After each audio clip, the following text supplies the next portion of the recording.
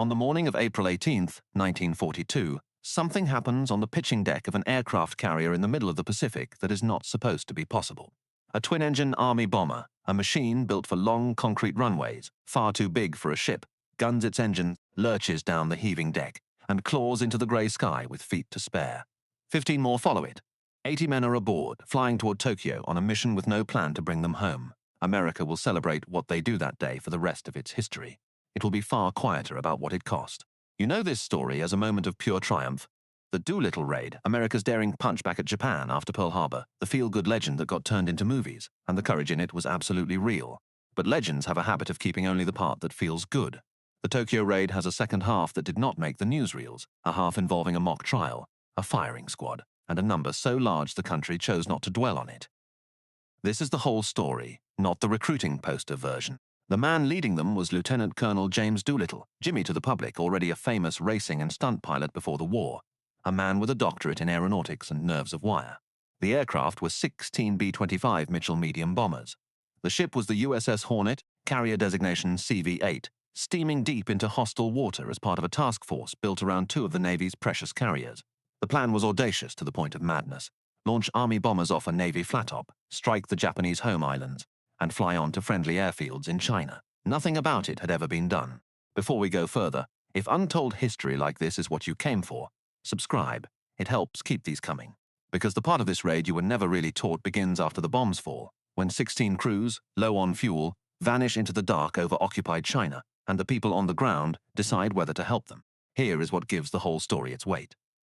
These 80 men knew, climbing into those bombers, that the mission was very likely one way. And the airfields in China were a hope, not a guarantee. They volunteered anyway, and the strangers who would end up saving most of their lives, Chinese villagers and farmers in the path of a brutal occupation, had no idea that a simple act of kindness toward a downed American would soon cost them everything. Two debts were about to be created that day.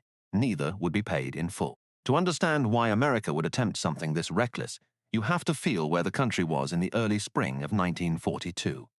The 4 months since Pearl Harbor had been a parade of defeats. The Pacific Fleet was crippled. The Philippines were falling. Island after island was going to Japan. And the Japanese press was telling its people their home islands were untouchable, that no enemy could ever reach Tokyo. In Washington, the need for a single piece of good news had become almost desperate. President Roosevelt wanted Japan struck on its own soil. The problem was that, on paper, it could not be done. Carrier aircraft of the day lacked the range to hit Japan without sailing the fleet suicidally close to its shores. The answer that emerged was a strange Maori bombers, strip them down and somehow fly them off a Navy carrier far enough out to be safe. It was the kind of idea most officers would have laughed out of the room. Doolittle did not laugh. He volunteered to plan it, train the crews, and, over objections, to lead the raid himself, at an age and rank where he had every excuse to send someone younger. The training was punishing and secret. Pilots who had never flown off anything but solid ground practiced wrenching a heavily loaded B-25 into the air in just a few hundred feet, a fraction of a normal takeoff run, while a Navy officer stood on a simulated carrier deck waving them off. They stripped weight from the aircraft, even removing guns and replacing them with broomsticks painted black to fool enemy fighters. The men were volunteers told only that the mission was dangerous and secret. Most did not learn their target was Tokyo until the carrier was already at sea. On April 2nd, the USS Hornet slipped out of San Francisco deck, unable to launch or land her own fighters because the Army planes filled every foot of space. Out in the Pacific, she joined a second carrier task force to screen her in. The plan was tight but workable, steam within about 400 miles of Japan, launch in the late afternoon, hit the cities at dusk, and reach the Chinese airfields by the following morning. Everything depended on not being seen until the last moment, and that is exactly what went wrong. In the dark early hours of April 18th, still far short of the launch point, the task force ran into a small Japanese picket vessel, posted as a warning screen far out at sea. It was sunk within minutes, but not before it got a radio message off. The Americans had to assume Japan now knew a carrier force was bearing down on it. The commanders faced an ugly choice: turn back and waste the whole mission, or launch immediately. Hundreds of miles farther out than planned, with fuel that might not be enough to reach China at all. They launched, roughly 170 miles early, and that distance was a death sentence written in gasoline. Every mile added now was a mile the crews might not have the fuel to fly later, one after another, 16 overloaded bombers fought their way off the Hornet's heaving deck into a rough morning sea, the first of them with certain it would go into the water, but the men watching were certain it would go into the water. It clawed up instead. The raiders were committed to a target they would reach in daylight, and a coast they might never make. They came in low over Japan, just above the rooftops. To stay around midday, the bombs fell on Tokyo and on Yokohama, Nagoya, Osaka, and Kobe, striking factories, fuel stores, and military targets. In hard military terms, the damage was light. 16 bombers cannot flatten a nation. But that was never the point. The point was that it happened at all. Air raid sirens wailed over the capital of an empire that had promised its people they were untouchable. The psychological blow landed far harder than the bombs, and it would steer the entire course of the Pacific War. And then the hard part began, staying alive. The raiders turned southwest toward China, fuel gauges already sinking, and flew into a deteriorating evening. Headwinds, darkness, and a building storm over a coast they had never seen. One crew, fuel-critical, broke off north and landed near Vladivostok in the Soviet Union, where the neutral Soviets seized the bomber and interned the men. The other 15 pressed on into the night toward airfields they had no way to find over territory swarming with Japanese troops in aircraft that were about to run dry all at once. So what followed in the dark over China was 16 separate emergencies happening at once. There were no friendly lights, no radio beacons, nothing below but cloud and mountains and an occupied country. As engines began to sputter on empty tanks, crews did the only things left to them. They bailed out into the blackness one by one, or rode their dying bombers down in crash landings on hillsides and in rice paddies and off the coast. 80 men fell out of the sky across hundreds of miles of enemy-held China, scattered, injured, and alone, and entirely dependent on whoever found them first. Most of them got astonishingly lucky in the worst of circumstances. Across Zhejiang and the neighboring provinces, ordinary Chinese people, farmers, fishermen, villagers, guerrillas, found the dazed Americans and chose, immediately and at enormous risk, to help. They hid them, fed them, carried the injured, and passed them hand to hand along secret routes towards safety, away from the Japanese patrols already fanning out to hunt them. These were people living under a savage occupation, who had every reason to keep their heads down. Instead, they sheltered strangers from the sky. Most of the 80 raiders survived because of them, but not all of them reached safety.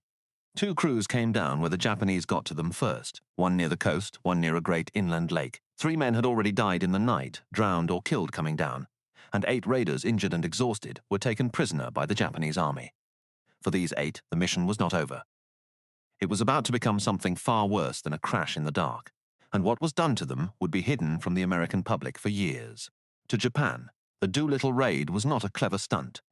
A foreign enemy over the sacred capital, the emperor's own city, while the military had sworn it could never happen. That humiliation curdled into fury, and the fury needed targets. The 8 captured airmen became the first. They were not treated as prisoners of war. They were interrogated harshly, moved to Shanghai, and in late August of 1942 hauled before a Japanese military court for a so-called war crimes trial, accused of deliberately strafing civilians in a proceeding whose verdict was decided before it began. The court found them guilty. On October 15, 1942, 3 of the captured raiders, Lieutenant Dean Hallmark, Lieutenant William Farrow, and Sergeant Harold Spatz, were taken to execute outside Shanghai and executed by firing squad. They were young men who had volunteered to strike back for their country and had survived being shot out of the sky, only to be killed in cold formality months later. Their deaths were not announced. We're told almost nothing certain about what had become of them.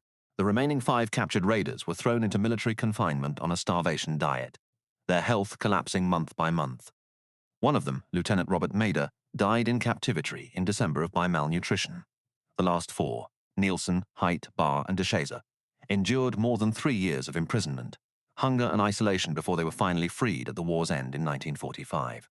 They had paid a price for the Tokyo raid that the celebrating public at home never saw and would not fully understand for a long time. And yet, as terrible as the fate of those 8 men was, it was not the largest part of the bill. That was being paid, all through the summer of 1942, by the people who had done nothing but help. The Japanese High Command understood exactly how the raiders had survived. Chinese villagers had passed them to safety, and it understood that the airfields of eastern China could launch more raids. So it resolved to do 2 things at once: destroy those airfields and make an example of everyone who had aided the Americans. The order went out, and what came next has almost no place in the popular memory of the raid. In June of 1942, roughly 180,000 Japanese troops swept into the provinces of Zhejiang and Jiangxi in a campaign of deliberate retribution. They did not limit themselves to soldiers or airfields. When they entered a village, they treated every man, woman, and child as guilty, and any trace that an American had passed through, a pack of cigarettes, a parachute scrap, a coin left in thanks, was enough to condemn the whole settlement. Towns were burned, entire populations were wiped out. Historians have compared the savagery to the rape of Nanking. It went on for 3 months. The estimated death toll of that reprisal campaign is staggering, roughly 250,000 Chinese civilians killed, around 250,000 people, slaughtered in retaliation for the kindness their neighbors had shown to a few dozen downed American airmen. Sit with that ratio. 80 raiders flew the mission, 3 of them were executed, and 250,000 strangers died for having helped them survive. It is by that measure one of the costliest single operations in the history of American arms, and the cost was not borne by Americans at all. And the cost, at home, almost none of this was known. The scale of the Chinese reprisal was a fog of distant reports, downplayed for the sake of morale and security, overshadowed by the simple, electric fact that America had bombed Tokyo and lived. The country needed a victory in the spring of 1942, and it got one, and it was not in the business of examining the receipt too closely. The Doolittle Raid became a clean story of pluck and payback. The other ledger, the men in the cemetery, the burned provinces, was left in shadow, and what of Doolittle himself? In the hours after the raid, sitting in the wreckage of his plans in China, he believed he had failed. He had lost all 16 aircraft, done modest damage. He fully expected to be court-martialed when he got home, to answer for a mission that, by the cold numbers, looked like a catastrophe. He was wrong about how his country would see it. The morale value was so immense that Roosevelt promoted him 2 full grades, skipping a rank entirely, and awarded him the Medal of Honor. The raid's deepest effect, though, was strategic, and it was enormous. The humiliation of Tokyo being bombed pushed the Japanese Navy toward a decision it had been debating: to finish off the American carriers at a tiny atoll called Midway. That operation, launched in part to make sure Tokyo could never be hit again, walked straight into an American ambush and became the catastrophic defeat that turned the entire Pacific War. The raid that did almost no physical damage to Japan had in a roundabout and bloody way helped set the trap that broke its navy. The full weight of the story took decades to surface. The fate of the executed raiders came out at war crimes trials after 1945, where Japanese officers were convicted for what was done to them. The true scale of the Chinese reprisal was documented by historians long after the cheering had stopped. Most thoroughly in James M. Scott's account of the raid, Target Tokyo, which lays the celebration and the cost side by side and refuses to separate them. Read it, and the Doolittle Raid stops being a simple triumph. It becomes something heavier and more honest, a victory with a shadow the length of a war. None of this diminishes the 80 men who flew. They volunteered for a mission most of them expected not to survive, and they flew it anyway for a country on its knees that needed to believe it could still hit back. Their courage was real, and so was the courage of the Chinese villagers who hid them, and so was the suffering of everyone who paid for both. The honest version of this story holds all of it at once: the daring and the debt, the medal and the cemetery. Without pretending, the second half does not exist.